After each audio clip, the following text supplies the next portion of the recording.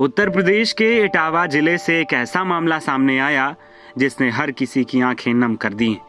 यहाँ 35 साल के एक शख्स की सड़क हादसे में जान जाने के बाद मां को यह सदमा बर्दाश्त न हुआ और उन्होंने अस्पताल में बेटे के सामने ही दम तोड़ दिया।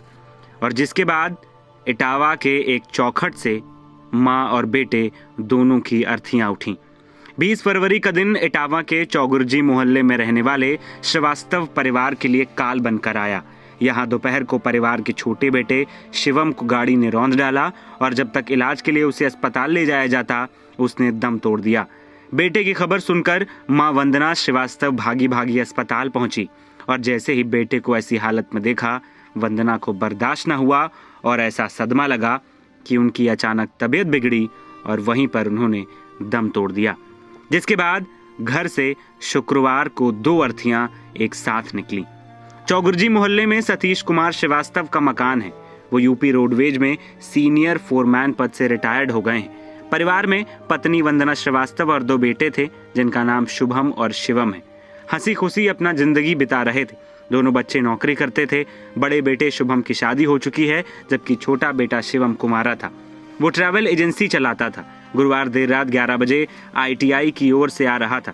वो सड़क किनारे खड़े टैक्सी का इंतजार कर रहा था। इसी दौरान तेज रफ्तार बेकाबू वाहन शिवम को रौंदते हुए निकल गया। छोटा भाई ITI चौराहे से अपने घर की ओर वापस आ रहा था, मैनपुरी फाटक की ओर। तो रास्ते में वो ऑटो के लिए वेट कर रहा था तो किसी गाड़ी ने उसको टक्कर मार दिया जिससे कि उसके सर में गंभीर चोटें आई और पुलिस ने फिर वहां से उसको हॉस्पिटल में एडमिट कराया जो कि वहां से उसको मृत घोषित कर दिया गया। माता जी के साथ क्या हादसा हुआ?